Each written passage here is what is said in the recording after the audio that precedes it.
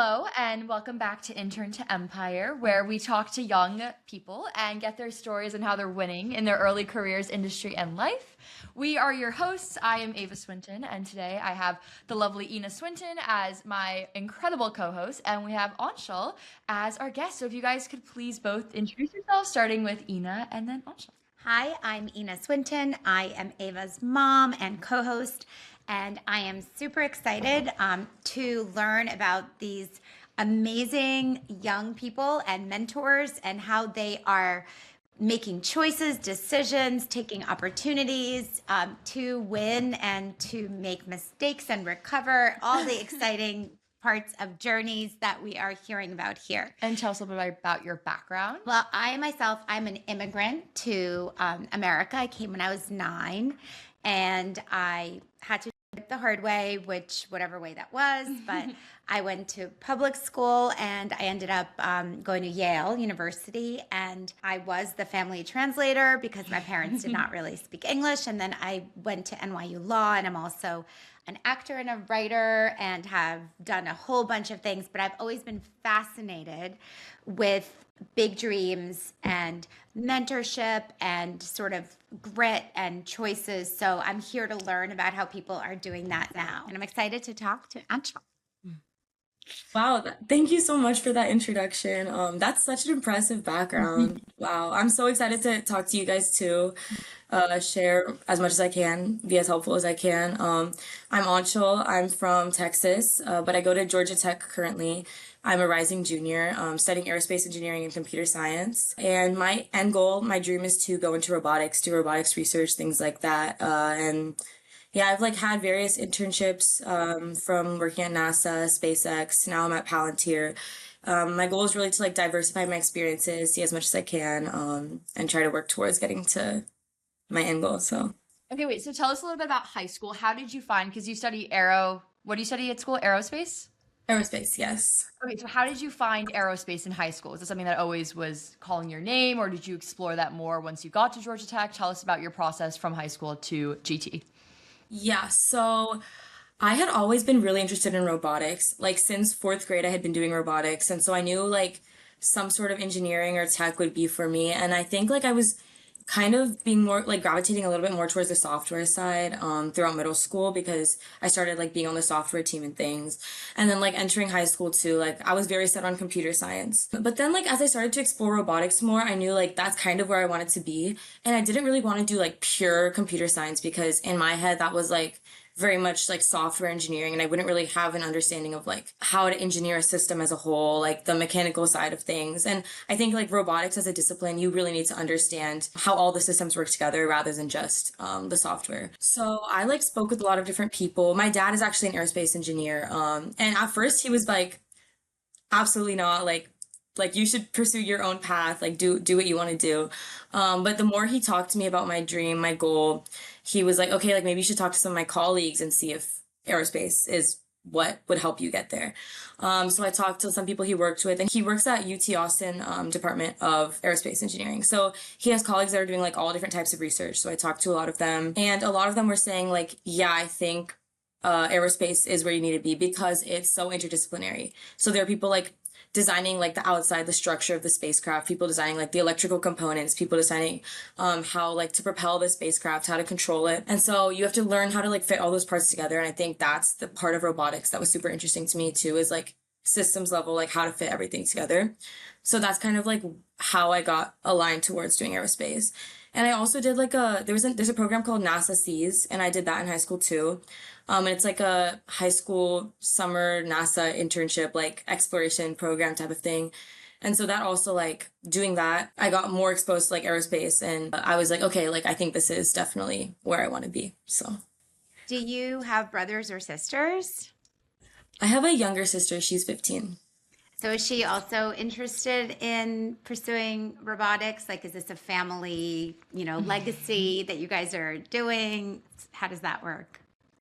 She is in robotics. She's really enjoying it, but she definitely had phases like she was like, "Oh, I'm gonna be a doctor for a bit." And she did debate like her freshman year of high school, and she was like, "Okay, like maybe business, maybe law." But now I think she's like spent a lot more time on robotics, and she really enjoys it. But I think she like wants to do more of like the electrical side, electrical engineering or software. But she's still super young. Like I keep telling her, keep exploring, see what you like. She plays soccer. She loves soccer, so I'm like just like take your time. Like, you have so much time to decide. So How does it feel being a girl, a young woman in this space? Because I think a lot of people, when they hear robotics, just, it's a very male field, I imagine. So, which is interesting because it's been years and years of, progress, but we still make those associations. So, can you tell us how that feels and how you're navigating that? wait, that's like a really good question because I feel like it's something that I think about like almost every day. Even in high school, like my high school robotics team, I had been in an all girls team from when I started robotics up till 10th grade. So like I was surrounded by girls. I felt really uplifted and like I was very, very excited to do what I did every single day. And then when I joined my high school team after COVID, it was a team that was like co-ed. And immediately I started like feeling very I like people didn't believe that I could do what I could do for a lot of things. And like I would like have ideas or I would give suggestions that would be like shut down immediately and then someone else would give the same suggestion. And at the time when I joined there were like only two girls on the team that were doing technical things. But honestly like for me it was like it kind of gave me fuel to prove myself. So yes, I had to work a little bit harder, but it was like I know I can do it. This is what I like to do. I'm not going to let these people stop me. And I also didn't want other people who came in after me to feel the same way. So I like tried really hard to like bring in more girls, teach them from the beginning of the season, to hopefully like improve that. But then again, like as I went to college, the ratio like was pretty bad again. And starting from scratch as a freshman, it was definitely difficult in my research labs or in like my high school robotics team. And there are definitely times where I was like, okay, like I'm the only girl here. They're never gonna like give me the tools that I think I deserve. So I definitely felt like giving up a lot. But I think the more I realized that this is what I want to do, the more I realized like this is gonna be a problem forever. So I need to just power through it. Internships, like I'll be the only girl at a lot of tables I end up sitting at. Like a lot of times in discussions and things like initially I'll be taken like less seriously than like other male interns. And like I can definitely see this at first, but like I know this is what I want to do. I know I deserve to be here, so it's just about like pushing through that. We just heard about how it never is easy, but because this is where you deserve to be, you're pushing through every day and making the path a little bit easier, hopefully, for the girls that follow. So that sounds very exciting. And is that the same? Then it sounds like it's that way in classes, in the clubs, and at the internships themselves. Because it's just this field where I think you have to continually prove yourself. But I like that you're taking this as a challenge. Do you feel like you learned how to do that? How do you have that kind of grit? Like, what makes you be able to do that with Such grace. grace? Yeah. I think in high school, like I definitely, after I started my sophomore year and I felt very discouraged, like I really started, like I was about to quit. I was like, okay, like I can't do this. I wouldn't go to practice because I just didn't enjoy it there anymore. Um, but then like I would do like little things. I would do projects and stuff and like I really enjoyed them and I was like this is like that's where I wanted to be. I really enjoyed it there. Like I can't let these people make me stop. And then like seeing my little sister also interested in robotics and knowing that like okay, like if I give up, like what's going to stop her from giving up to 5 years down the line when she comes to be where I am. But it's like you mentioned, it happens in my internships too. Little comments that like my coworkers will make. Like my team right now at Palantir is all men, and they were talking about how oh like it's really surprising to see a girl here because all the girls that we work with are usually not on the technical side or like we will come in with a bunch of girls and they'll all quit or they'll be like designers rather than software engineers or they'll be like on the business side working with clients and they're like it's really impressive that you're here and like sure I think they meant it as a compliment but it's really sad that like that's kind of like the thought process that they have. Right. So little things like that honestly rather than like letting that make me discouraged is kind of like okay like we need to stop people from having that thought in the back of their head and we need to like make it better moving forward. Was there a certain project in high school or in like middle school that sort of like pushed you to like get more serious with robotics? Was there like a first project that you remember working on that was very impactful in your journey? I think it was like my robotics team in seventh grade was when I took a lot of the ownership of like doing the software on my robotics team. And I just remember I wasn't good. Like, I wasn't good by any means. I was like trying to figure things out, but I just remember being really passionate about it. Like, I'd have a problem on like the robot I was working on or something, and I would think about it all day at school. I would like go home and be really excited to like get back to work because I wanted to solve the problem. It wasn't something I like felt forced to do. I would like go to bed like still thinking about it. I remember one day like my dad, he like keeps telling me the story about how he woke up to like sounds downstairs because I woke up at like 2 a.m. in seventh grade with like some idea of what I wanted to do on the robot, and I like went downstairs and I was like, okay, I need to figure out if I can solve it. So I think that definitely like made me realize like if I'm really this passionate about it, like this is probably what I want to do. That's a great story. So that's a Young sort of age. very young age. And so I like this question. Like, has there been something that you've decided in, let's say, college or so far that you feel like has led to a pivot or a change in your direction? Like, has there been some, like, what are some of the bigger decisions you've made in the past couple of years? Whether it's, majoring, choosing a specific teacher over another, even, a friend group, or just any kind of decision that you think is significant that you've made in the past few years? I think I think every single decision, like I think like very little things have led me to where I am. Even like the floor that I chose to live on freshman year, I ended up being surrounded by a bunch of people who were like just happened to be like super super driven and like led me to be a lot more passionate and like work a lot harder towards my goals. But I think the biggest decision was deciding where I was going to intern this summer. Like definitely changed a lot of things. I think it was the first time I actually had a decision because last summer I ended up getting my internship the last week before summer started. So, like I was like, okay, I'm like, this is what I'm gonna do. Same thing with like SpaceX. And like, this is the first time I feel like I had like the ownership of like, okay, I'm gonna decide where I want to be. And, it was between like a robotics defense company and, Palantir. And I know I want to do robotics one day. So I was like, okay, I can go to this company and like, it'll be what I want to do. I'll really enjoy it. And like, I can do that for the rest of my life. But as an aerospace major, I had the choice to go to a software company and be like fully software engineer. And it was something that I probably wouldn't get the opportunity to do again. Something that I would learn a lot more from than maybe going to this robotics company, which would be a lot like really similar to things I'd done in like classes or research.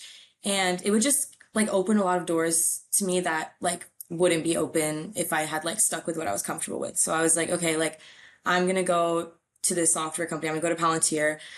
Maybe I won't enjoy it, maybe I will, but it's gonna open a lot of doors. I'm gonna learn a lot. And I think making that decision also taught me a lot about how you don't really need to know what you're passionate about when you're making decisions. It's more of like, what are you curious about? Like, what do you care? What do you want to learn? I think is a lot more important. And then that eventually will help shape your path. I love that. That's great advice, to sort of pay attention to what are you curious about? What are you excited to learn? And Mhm. sort of like try to chart a path as opposed to like, because people are always asking, what do you like want to Want to study do, or what do you yeah. want to Yeah, do? yeah, And exactly. that feels like very big questions, so I think it's nice advice for people to not feel like stuck like a deer in the headlights with that question. You could just be smaller even in your answer to Yeah, yourself. So, yeah, did and you I have think any like, oh, no, you go. Go ahead. Oh, sorry. I was just gonna say, like, I think we're super young. We have so, so long ahead of us. Like, there's no need, like you said, to know exactly, like, this is what I want to do. But we all have questions. There's always things that, like, we might be interested in. And I think, like, taking the time to just learn as much as possible while we're young before, like, narrowing down onto one thing, like, I've realized that that's really important.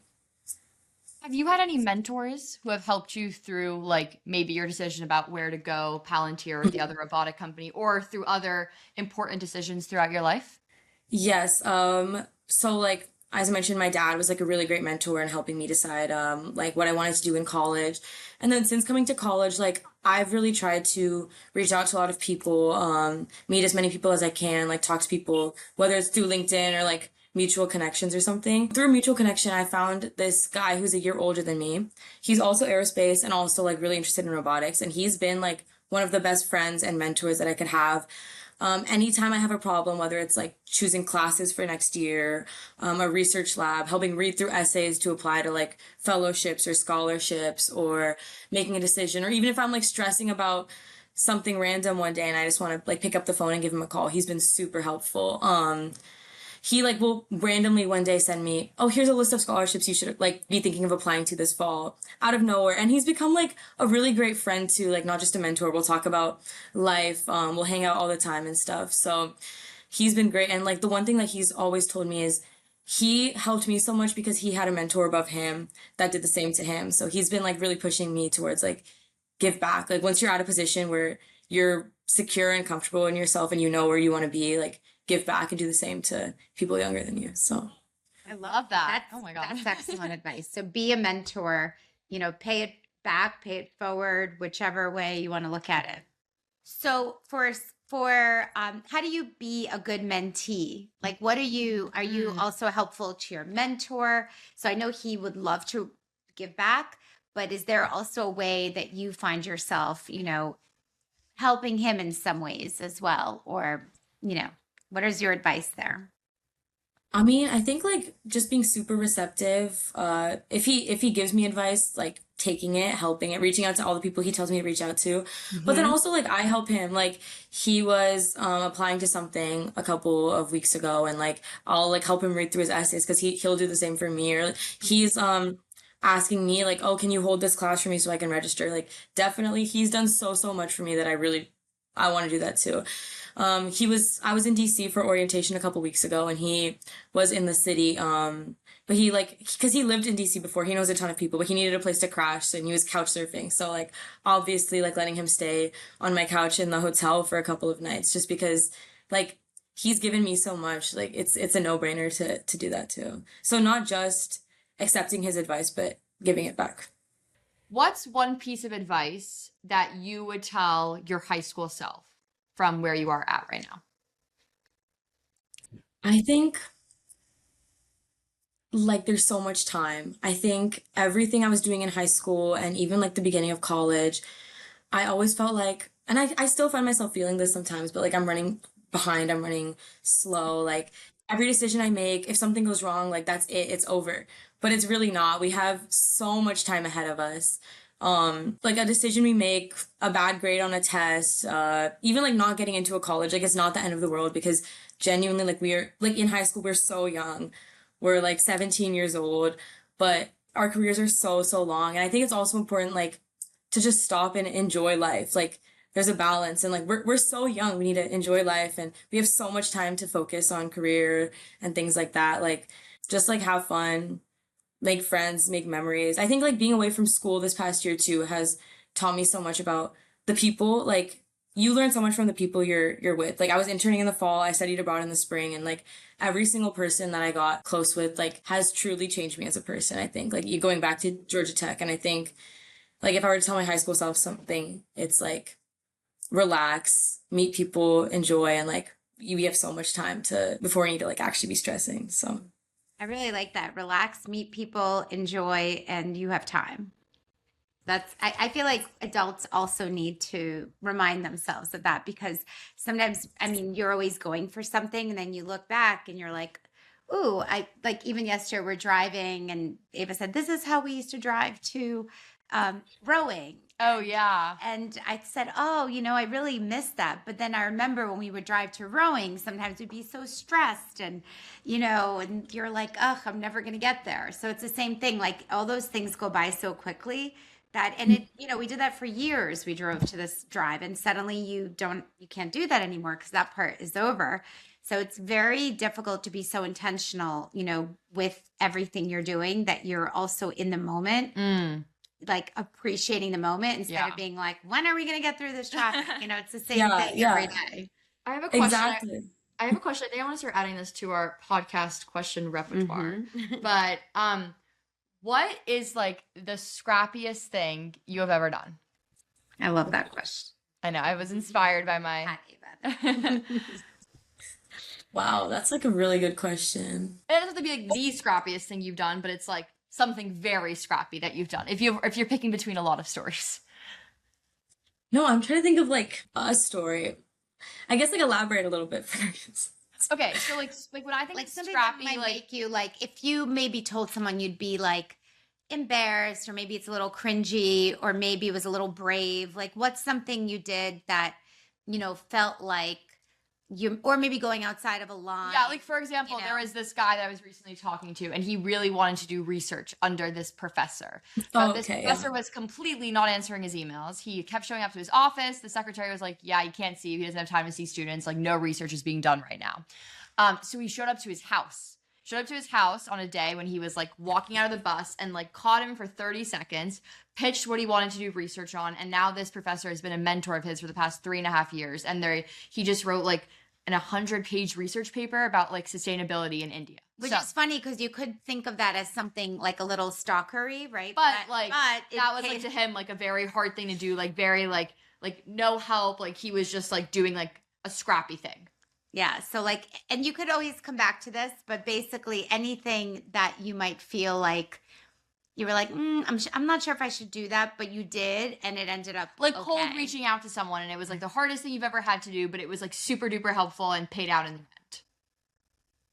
I mean, yeah, I think like exactly what you said. Like I've sent so many random LinkedIn messages, random emails to people. Even in high school, like I would want to do research and I knew absolutely nothing about what I was asking to do research for, but like reaching out, like sending emails to like every single professor I could find. I live in Austin, so like in like the UT professor, like database, whatever, like trying to get a response. And like maybe one out of the like 40 professors I'll reach out to would invite me to come tour their lab. And it would just give me like something to look forward to or like something that I want to do maybe one day when I grew up or coming to college and like reaching out to like every like as many people as I can on LinkedIn that like either are where I want to be or did something that I'm interested in or like I'm just curious of like how they got where they are. And like again, that's how I met the person that introduced me to my mentor. That's how I ended up in like the lab that I'm gonna join in the fall. That's how I got my first internship is literally just like I saw random people's posts on LinkedIn and I was like, okay, like I'm gonna reach out to you because that seems interesting or like, oh, you reposted this person's post and I want to talk to this person. So like, is there a way you can connect me with them? And then like, yeah, just so not being shy about not getting a response because the odds are like probably like I wasn't gonna get a response, but I really wanted to. It was just important that I tried. Or not just LinkedIn, but like finding like people's emails online or like finding people's emails like in professor databases. I forget what the website's called, but there's a website where like you can put the company name and put like a person's name and it'll find like emails like of that person at that company. So like whether it's like recruiters or someone you found on LinkedIn, like it'll find their actual email so you don't have to just reach out to them on LinkedIn. Another thing is like the internship I got this past summer when I was at NASA. The project that they originally had me doing was very like it was not something super interesting to me. Like it was pretty small. They didn't have a ton of funding. But I was really interested in doing something bigger. Like we had a robotic arm in the lab and I was like, I've never like been able to just have free reign to work on it. So I like read a bunch of books, made like a whole presentation to like pitch to my boss, pitched to my mentor, like, okay, can I please work on this? Like this is something super interesting. And they're like, okay, like if you have extra time outside of whatever your internship project is, like you can work on it. And then I was able to work on it and it ended up being something like super interesting. I wrote a whole paper.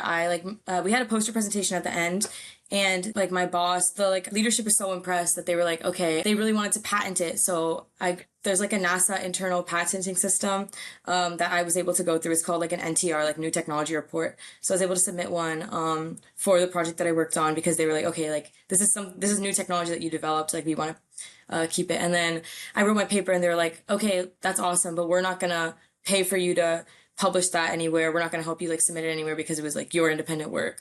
So I looked through a bunch of conferences that were coming up and I knew I was going to study abroad in the spring semester. So I found a conference in a random town in Germany and I was like, okay, I'm going to go there. I'm going to present and like I'll be a published author. So that was also like.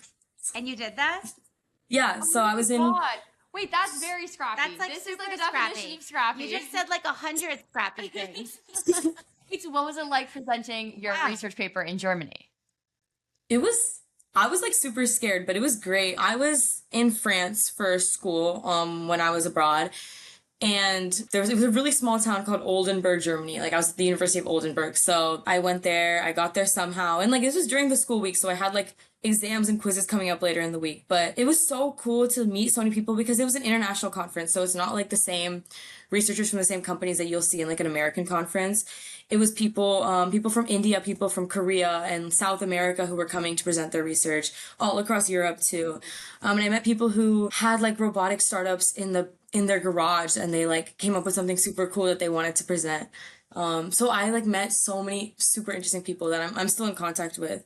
And I think like that was super cool about being able to like go to a different country and present. So That's actually really cool. So you just looked up, conferences in Europe that would be around the right time where you could submit your research that you had done at this internship, and get it. That's incredible, which you weren't even supposed to do that research necessarily because you had to pitch the team at your internship, that you could do this. That's amazing. Scrappy. That's very scrappy. Very You scrappy. did a presentation. So that's actually really cool. And I also think the other thing you are saying is there's actually a way to find out emails so you don't have to write on LinkedIn, which is really cool.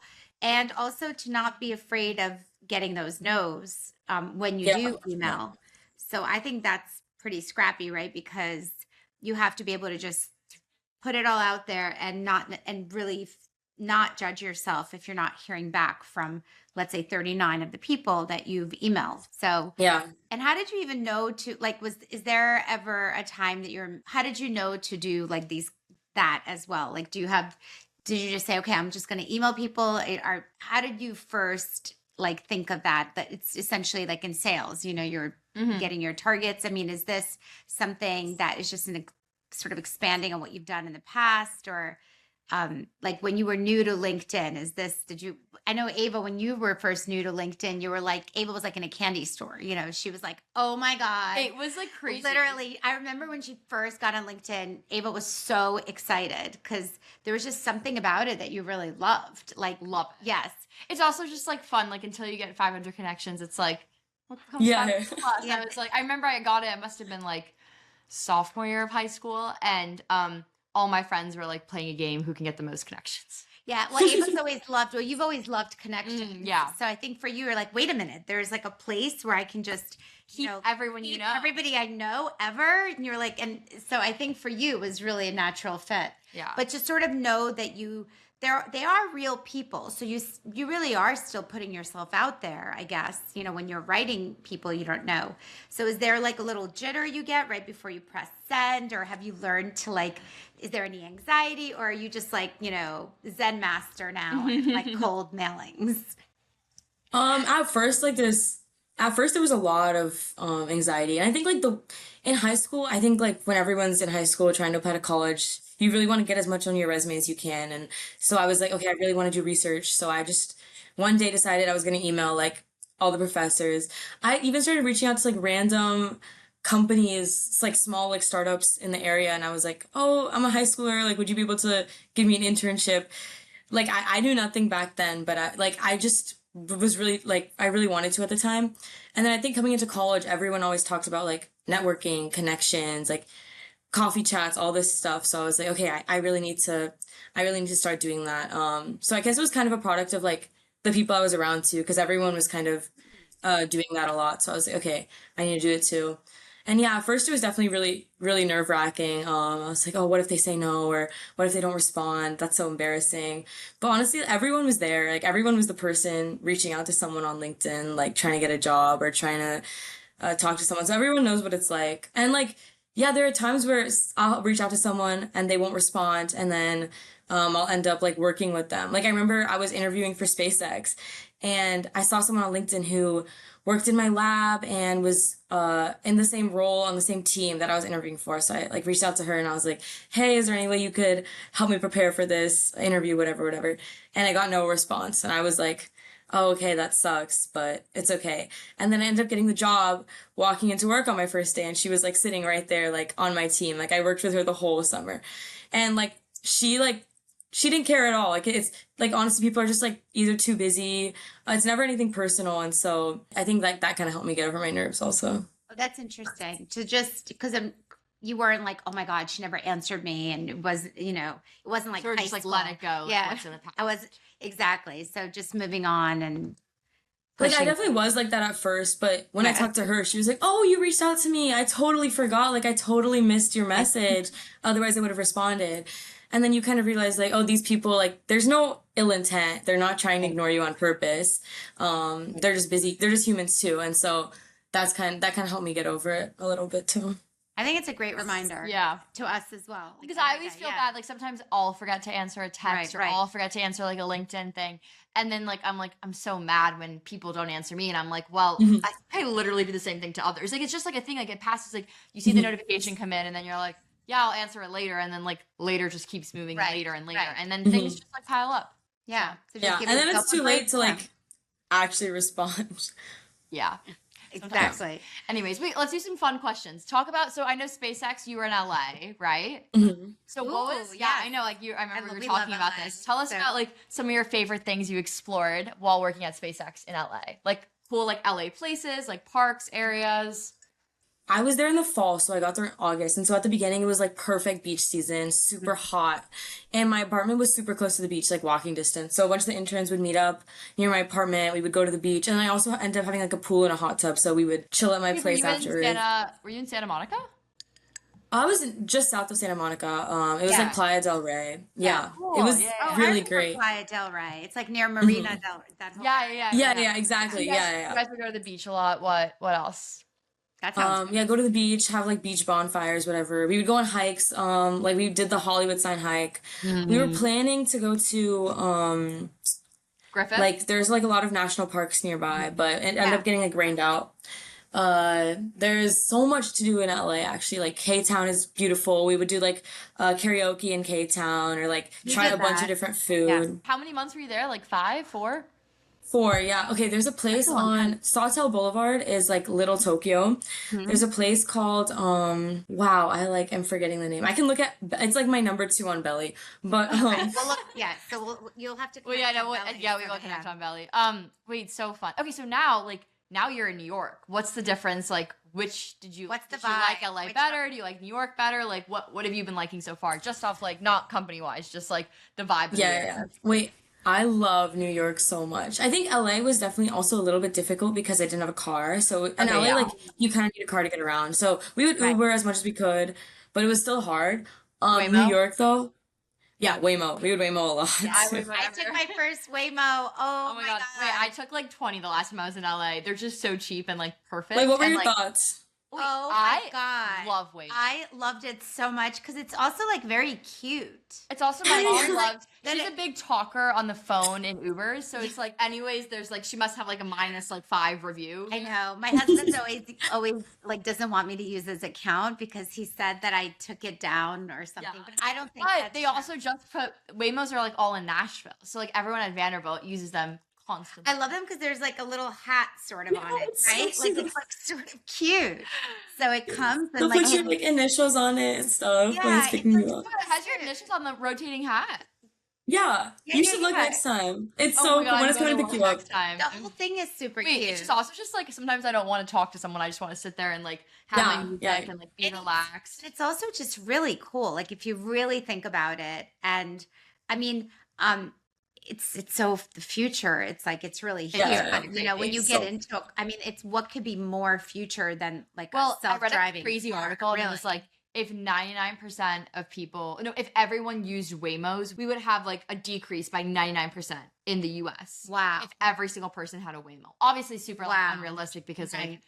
hard to get that many cars, but like who knows in the future, like literally like accident rate would go down by almost didn't- like itself. I didn't expect to like it as much as I did. Like it really was interesting. Like it was just there was something very like I thought whatever the engineers did to make it like feel almost like a little human. It was like a little bit fascinating. Well, it's also like yeah. one thing I didn't love about it is it's kind of slow. Like it doesn't like It's if there's really slow. it's like First of all, it always goes to I speed like. I don't. limit. It always goes Yeah, to I speed don't limit. mind because it's like I And don't know. if they have like a left turn to make and there's cars coming, they won't like ever hedge the like they don't do it. They just like wait there. So it's Yeah. like if you're in like if you need a fast Uber, Right. I wouldn't Right. necessarily do it, but like Yeah.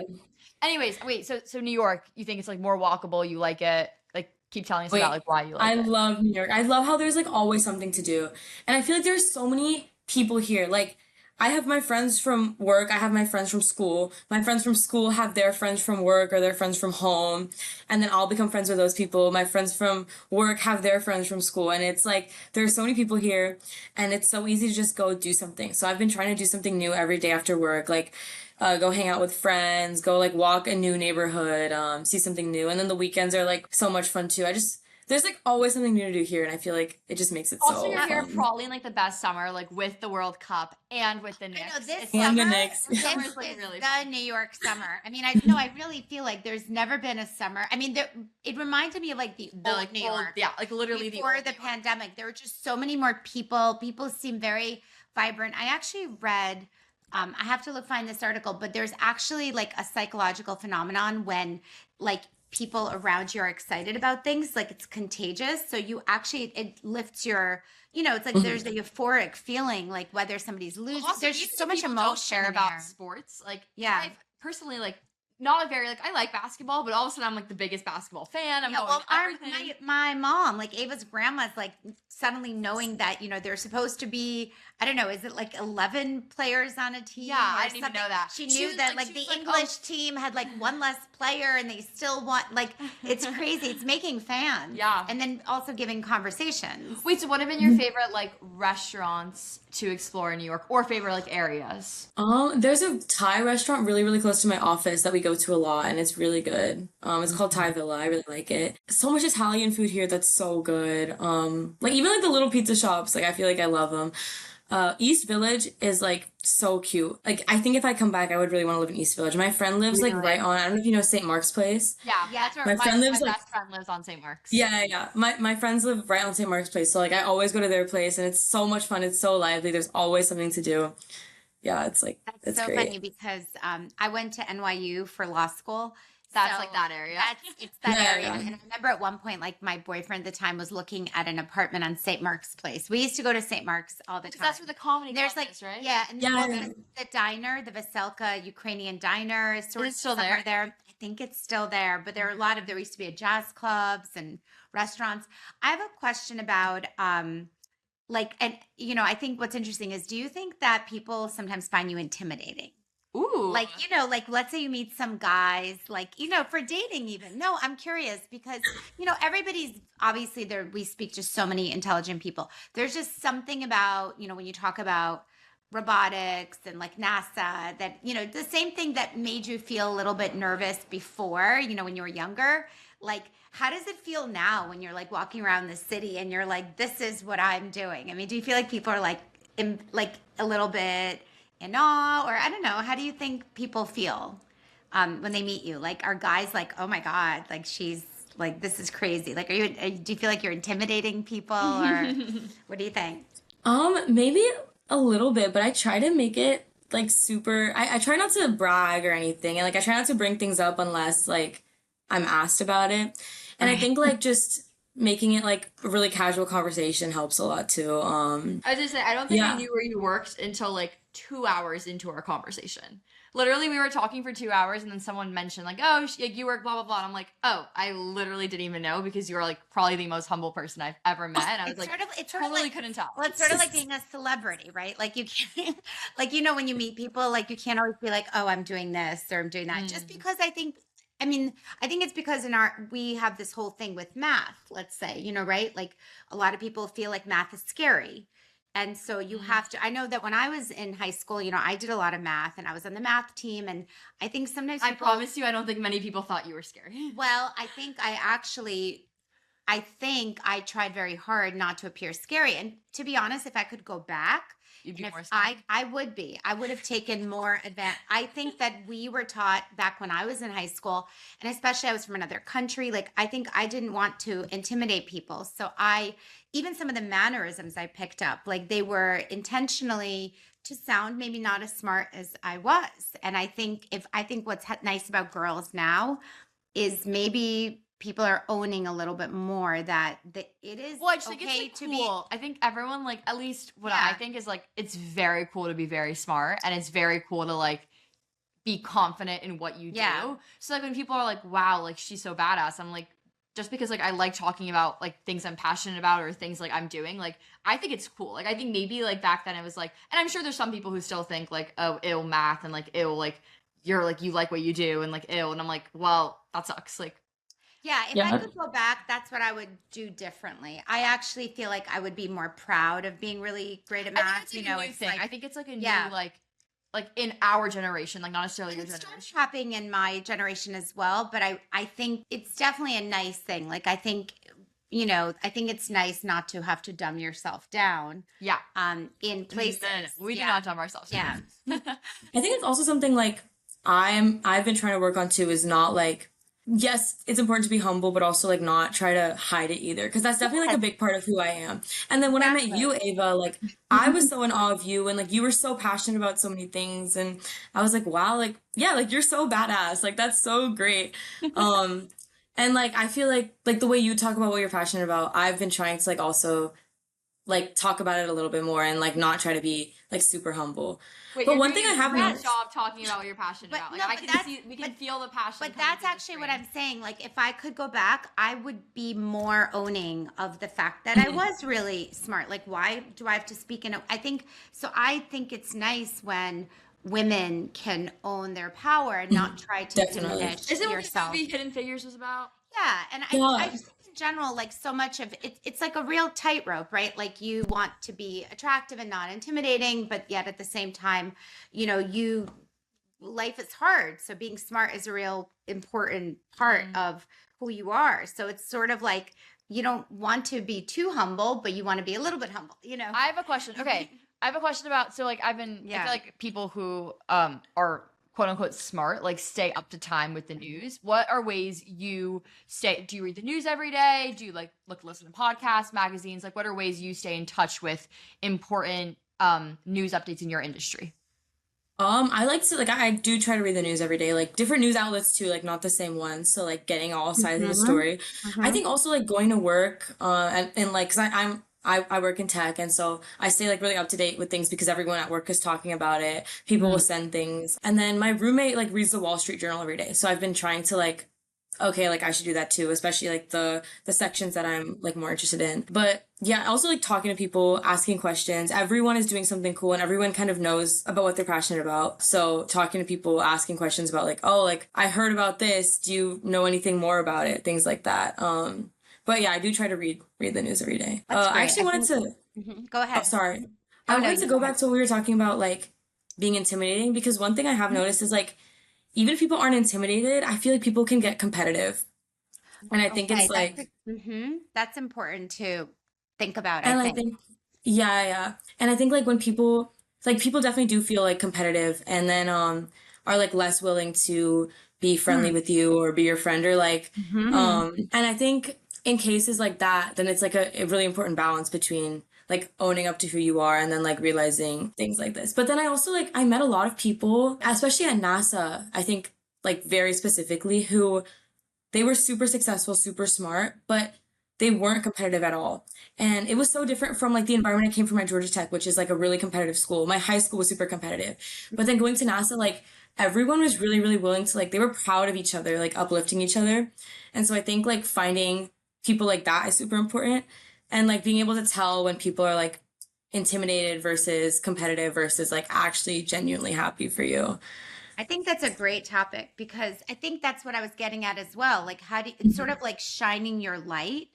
Um, but in a way, sometimes people get upset if you're shining too bright and then they feel like they close off or they're not wishing you well. It's like, especially like I'm from this my background, my mother is like always spinning over her left shoulder 3 times, Like she's literally like, like we can't like, jinx Yeah, yeah. anything because God knows, the evil eye, et cetera, blah, blah, blah.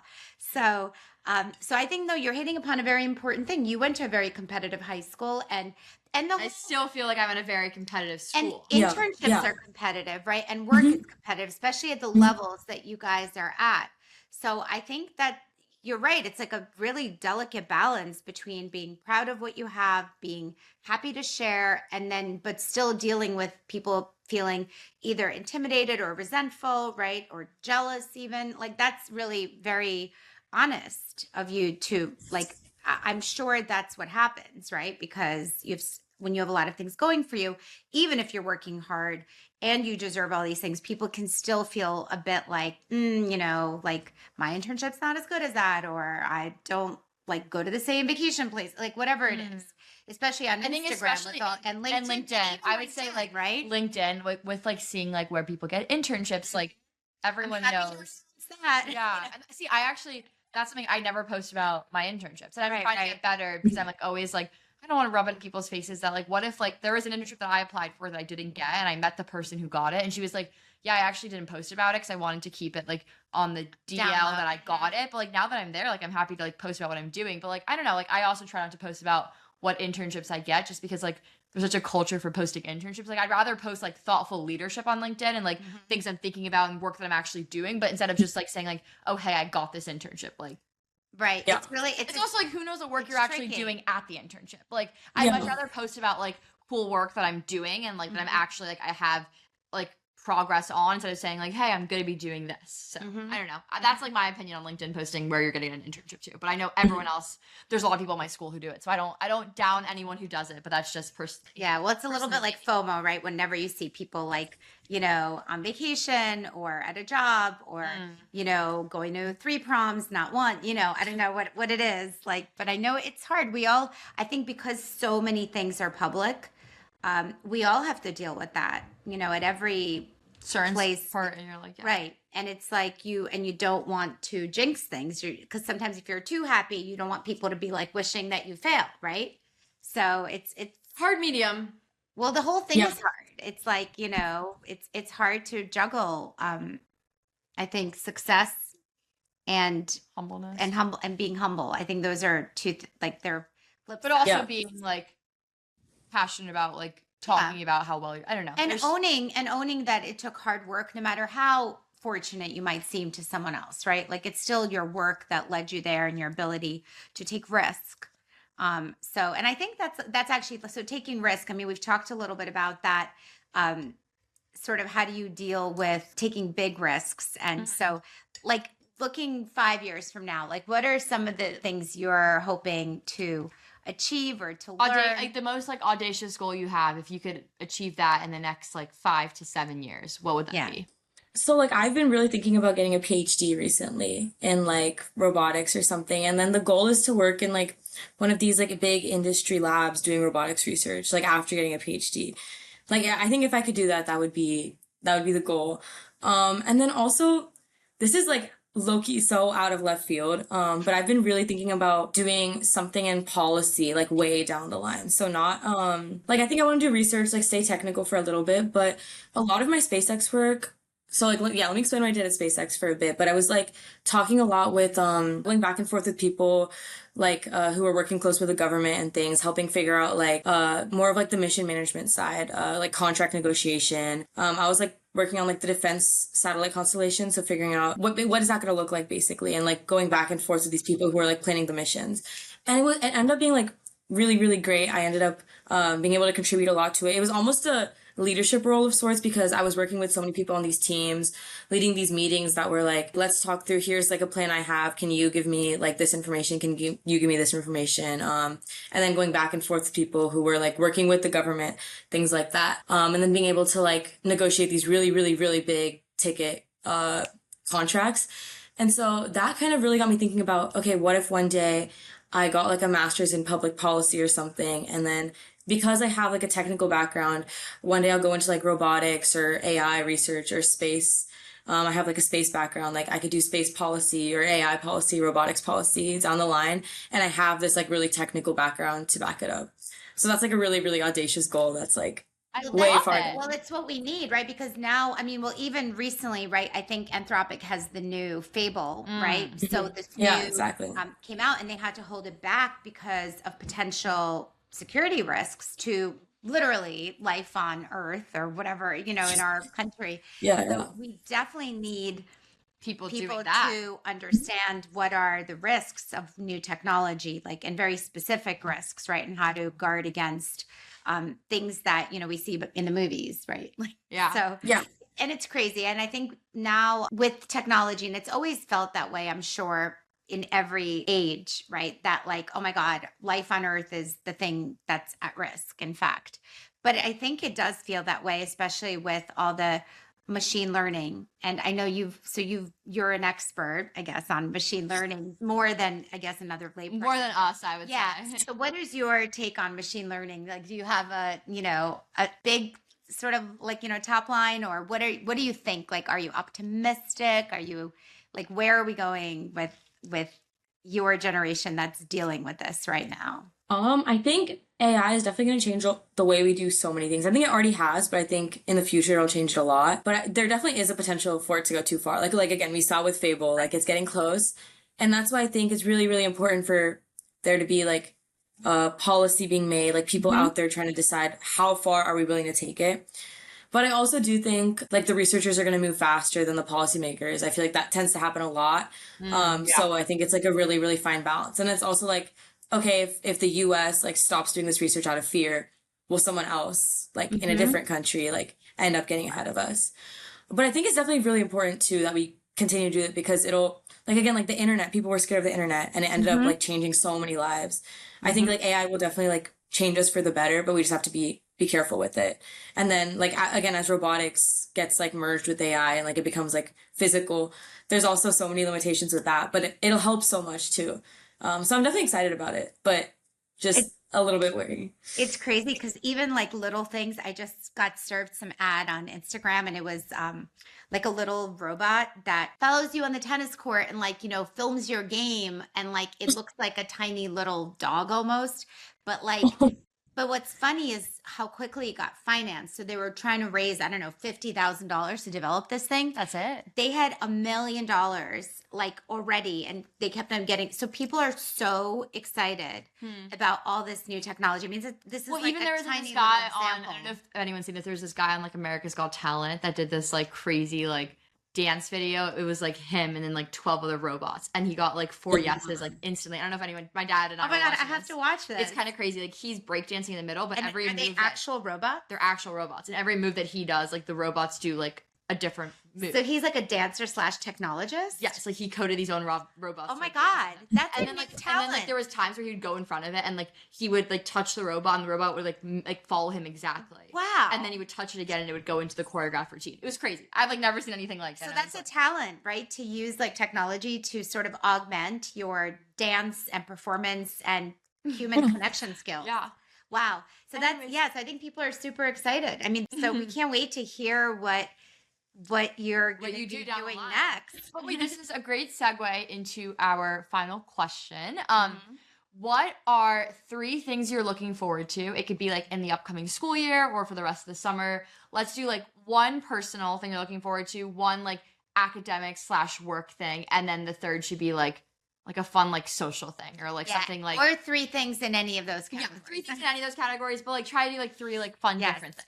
Yeah, anything we haven't asked yet, if there's anything, that you want to share, like we're super happy to know more. I mean, like I've been away from school for over a year now. I think I spent more time away from school than I had at Georgia Tech at this point. So I'm really excited to go back. Not only to like see all my friends again, but I think I'm like as I mentioned earlier, like I think I'm a very different person than I was when I left because of I lived in so many different places. I met so many different people. So I'm excited to see like what that version of myself, like what I'm like when I'm on campus with my friends, like who I'm able to meet with this new like knowledge that I have because I've grown a lot professionally, but I've also grown a lot like as a person. So that's one thing I'm really excited for. Professionally, I'm excited. I'm planning to join a new lab in the fall. I'm excited to see like I have no clue where I'm gonna be next summer. So really excited for like just seeing how things work out. Definitely like nervous, but I'm trying to lean more on like the excited side because like I feel like everything like works out the way it's supposed to. And then personally, I think yeah, like I'm super excited to like see all my friends, like meet new people. But I want to like continue to grow. Like I don't want to go back into like the same like routine that I was in when I was at school. I feel like it's really easy to like fall into like your comfort zone. But this year has allowed me to like really branch out, and I want to continue to do that. So like not just at school, but even like when I go home for breaks or like next summer. And then I mean I'm gonna graduate soon, and I'm excited to like see where I end up, like have a new life, things like that. Wait, are So you graduating on time or are you graduating early? still deciding. I want to stay at school, so I think I'm gonna graduate on Yeah. time. There's definitely like a push to graduate early. I feel like a lot of my friends are gonna graduate early, and like it's always like, oh, I'm so excited to like go out into the real world. But again, like as I mentioned earlier, like we're young. Your We should time. slow Yeah, down. we Like didn't we didn't ask a lot of questions about Palantir because I think we don't like I feel like no. I mean Palantir specifically, I think we've met at least one person that Oh yeah. that told us that you couldn't talk about it. So Yeah. I'm not sure what he's doing there, but they were like, well, we can't really talk about it. So I think like as no, because some of the companies, you know, like and I think the same with the banks, like some of the people like that are at JP yeah. Morgan, they can't really, you know, so I think we appreciate just hearing whatever we can hear about the internships without stepping on any sort of privacy grounds. But if there is anything that's exciting that they like that you want to share about that place in particular, like, you know, the snacks they have in their cafeteria, you could I we're mean, asking it. the food's so great. Like I feel like we're getting so spoiled, but I enjoy how passionate everyone is. I like that Palantir, like they give us a project that's like actually like going to be implemented, actually part of like the bigger thing. It's not like a separate small intern project. So like culture wise and like everyone's super talented. So like in that sense, like I really, really like it. And like I came here to learn, and I've learned so much. Like I definitely had to like step out of my comfort zone a little bit, but I've learned a lot. So Okay, Love it. so basically, any of our viewers that are interested in something really like exciting where you learn many different, you know, sort of many things, and you have real work that you're doing. It sounds like so that's a place So that's highly exciting. recommended. Yeah. Well, thank you Yeah. so much, Anshul, for coming onto our podcast. We had such an incredible time talking with you.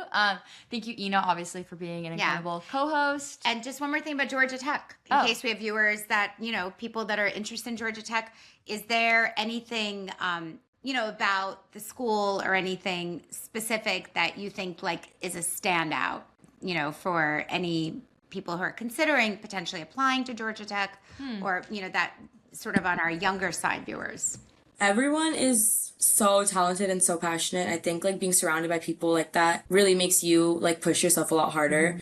And it's like definitely scary. Like it's a lot of pressure, but if you are able to kind of let's just like make that pressure into like helping you do what you're passionate about, it's really great. And there's so many amazing opportunities to like do whatever you want to do at Georgia Tech. And like the people are great. Like I love everyone. So yeah.